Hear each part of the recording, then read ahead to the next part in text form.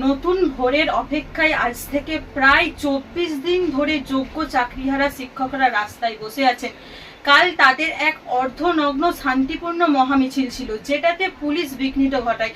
যারা আন্দোলনকারীরা এসেছিলেন, পুলিশ তাদেরকে মারধর করেন, তাদের কলার ধরে তাদেরকে প্রিজন ভ্যানে তুলে নিয়ে যান। এটা কি করণীয় ছিল? দেখুন, এই নিয়ে তো আন্দোলন, যখনই আন্দোলন হয় তখনই পুলিশের ভূমিকা কিন্তু এরকমই দেখা যাচ্ছে এই রাজ্যে।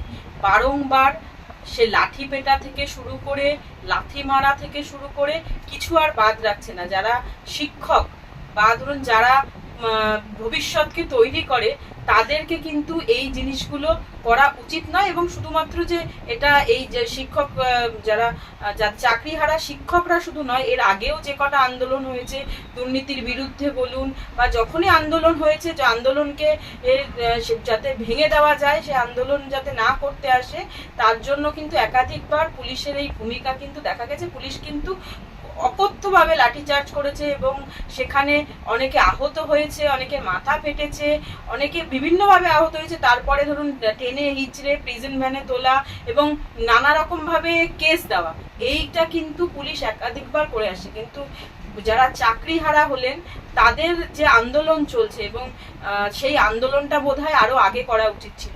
যখন দুর্নীতির বিরুদ্ধে করা উচিত ছিল, তারা কি জানতেন না যে দুর্নীতি হয়েছে? তারা, তাদের বন্ধুরা নিশ্চিতভাবে তারা জানতেন যে দুর্নীতি হয়েছে। কারা, হয়তো সবাই কারা কারা দুর্নীতি করেছে সবারটা না জানতে পারেন, কিন্তু কিছু কিছু লোককে তো তারা নিজেরাও জানতেন। তারা কেন তখনই স্টেপ নিল না? তার বিরুদ্ধে কেন আন্দোলন সংগঠিত করলো না? যে যারা এই অবৈধভাবে চাকরি পেয়েছে, তারা যাতে, তাদের যাতে বাদ দেওয়ার জন্য সরকার বা ধরুন প্রশাসন যাতে ভূমিকা গ্রহণ করে, প্রশাসন যাতে উদ্যোগ নেয়, তাহলে তো তাদেরকে এইভাবে চাকরি হারাতে হতো না। তারা এই আন্দোলন, এখন যেহেতু সুপ্রিম কোর্টের ভার্ডিক্ট চলে এসেছে, সুপ্রিম কোর্ট রায় দিয়েছে, তারপরে আন্দোলন করলেও তো প্রশাসনের অ্যাজ কোনো পাওয়ার নেই যে তারা সেই চাকরিটাকে আবার ফেরত দিয়ে দেবে। কারণ সুপ্রিম কোর্টের রায়, প্রশাসন সেই রায়কে বদলাতে পারে না। সুপ্রিম কোর্টের রায় একমাত্র সুপ্রিম কোর্টই বদলাতে পারে। এই আন্দোলন আরো আগে থেকে করা উচিত ছিল, দুর্নীতির বিরুদ্ধে করা উচিত ছিল, তাহলে তাদেরকে আজকে এই দিন দেখতে হতো। আমরা জানি শিক্ষক সমাজ গড়ার কারিগর, কিন্তু তারা আজ রাস্তায় পড়ে আছে। শুধু পুরুষ শিক্ষক নয়, মহিলা শিক্ষক থেকে শুরু করে সবাইকে লাঠিচার্জ করছে পুলিশ এভাবে। এটা কি বলবেন? দেখুন, শুধুমাত্র তো লাঠিচার্জ নয়, আপনি এর আগে যে আন্দোলন, যে বিকাশ ভবনের সামনে যে আন্দোলন হয়েছে, সেখানে লাথি মারতেও দেখা গেছে। ঠিক আছে, সেখানে শুধু আন্দোলন নয়, মহিলাদের কথা বললেন, মহিলাদের রাত্রের বেলায় নিরাপত্তা, সেই নিয়েও কিন্তু অনেক ভিডিও আমরা সোশ্যাল মিডিয়ায় দেখেছি, যে মহিলারা কিন্তু শুধুমাত্র পুলিশ দিয়ে নয়, পুলিশ কি করবে, যাতে নিরাপত্তা বজায় থাকে সেটা চেষ্টা করবে, তারা যাতে ভীত সন্ত্রস্ত না হয় সেটা করবে।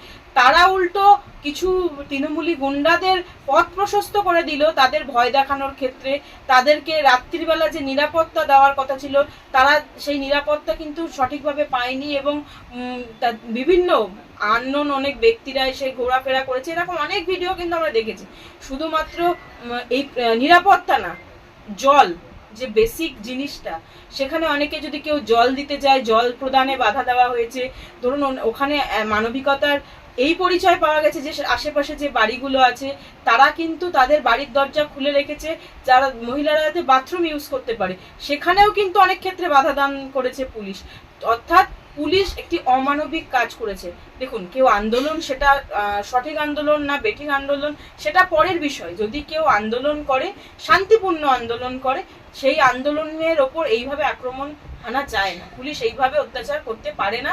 এটা সম্পূর্ণভাবে গণতন্ত্র বিরোধী, এবং একটি দলদাসের হয়ে যদি কোনো কেউ কাজ করে, তার যে নৈতিক কাজগুলো, পুলিশ হিসাবে যে নৈতিক কাজগুলো, সেগুলো থেকে কিন্তু তারা বিরত থাকছে, এবং পার্টিকুলার কোনো একটি দলের নির্দেশকে তারা মানতে গিয়ে কিন্তু সাধারণ মানুষের ওপর এই অগণতান্ত্রিক অত্যাচার নামিয়ে আনছে বারবার।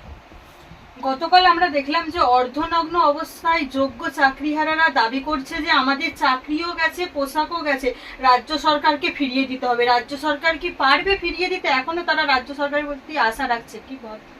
দেখুন, আপনি যদি চোরকেই দায়িত্ব দেন যে কারা চুরি করে পেয়েছে আর কারা ভালোভাবে পেয়েছে সেটা বাছাই করতে, চোর তো কোনো সময় যে নিজেদের চোর যা চুরি করে যারা পেয়েছে তাদেরকে বেছে দেবে না যে হ্যাঁ এ চুরি করে পেয়েছে, একে বাদ দিয়ে দাও। কোর্ট সিঙ্গেল বেঞ্চ থেকে শুরু করে ডিভিশন বেঞ্চে একাধিকবার সুযোগ দিয়েছে আর্টিকেল 12 অথরিটিগুলো, এসএসসি কে, সরকারকে, যে বোর্ড পর্ষদ প্রত্যেককে কিন্তু সুযোগ দিয়েছে, এমন নয় যে তাদেরকে সুযোগ দেয়নি। তারা সেই সময় যারা যোগ্য বলে আজকে বলছেন এবং যারা বৈধভাবে পেয়েছেন বলছেন, তারা কেন সেই সময় কোর্টে এসে বললো না যে ওই ওএমআর গুলো আমাদের? তারা আজকে যে কথাগুলো বলছে তারা সেই সময় কেন বললো না? যেহেতু রায় সম্পূর্ণ হয়ে গেছে, হিয়ারিং সম্পূর্ণ হয়ে রায় প্রদান হয়ে গেছে এবং রায়ের যে নির্দেশগুলো ছিল সেখানে কিন্তু যে 26,000-এর যে চাকরি ছিল 4টে সিলেকশন প্রসেস মিলিয়ে, সেটা কিন্তু বাতিল বলে ঘোষণা হয়েছে। এখানে কিন্তু প্রশাসনের কোনো ভূমিকা নেই, বা প্রশাসনের ভূমিকা থাকতে পারে কিন্তু প্রশাসনের কোনো পাওয়ার নেই যে চাকরি হারাদের আবার চাকরি ফিরিয়ে দেবে, কারণ তাদের চাকরি কিন্তু কোর্টের নির্দেশে বাতিল হয়েছে।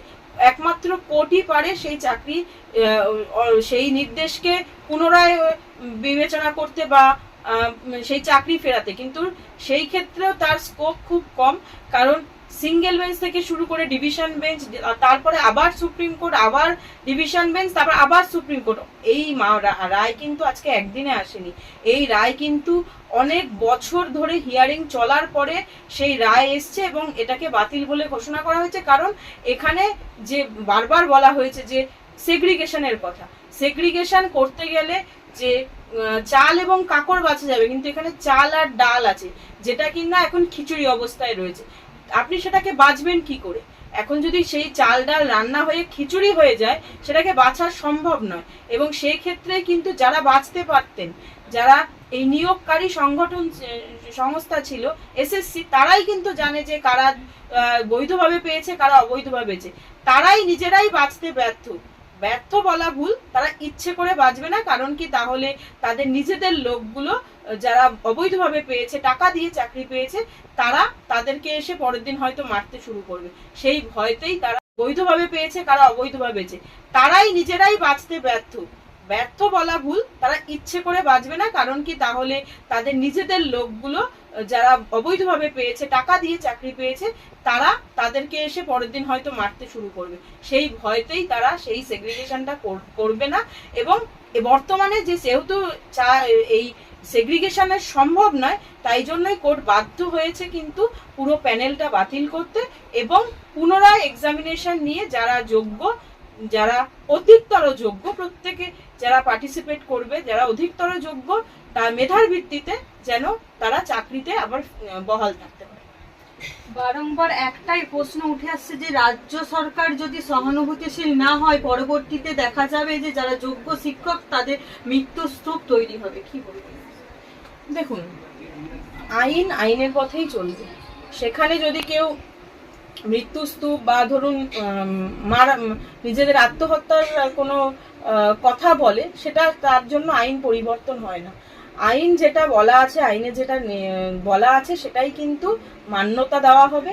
এবং এই ক্ষেত্রে যেহেতু প্যানেল 4টে সিলেকশন প্রসেসে প্যানেল বাতিল হয়েছে, সেই জন্য যা নির্দেশ দেওয়া হয়েছে পরবর্তী প্যানেল বাতিল করার পরে যে এক্সামের কথা বলা হয়েছে এবং এক্সামিনেশনের প্রসেস কিন্তু 31 ডিসেম্বরের মধ্যে কমপ্লিট করে পুরো সিলেকশন প্রসেস কমপ্লিট করার কথা বলা হয়েছে। সেই নির্দেশ অনুযায়ী কিন্তু যে অথরিটিগুলো আছে তাদেরকে সেই অনুযায়ী কিন্তু কাজ করতে হবে এবং সেই অনুযায়ী সেই নির্দেশকেই কিন্তু মান্যতা দিতে হবে। অন্যথায় হলে সেটা আদালত অবমাননার সমান, সেক্ষেত্রে তারা সেই আদালত অবমাননার সম্মুখীন হতে পারে যদি অন্যথায় কোনো কিছু করতে যায়।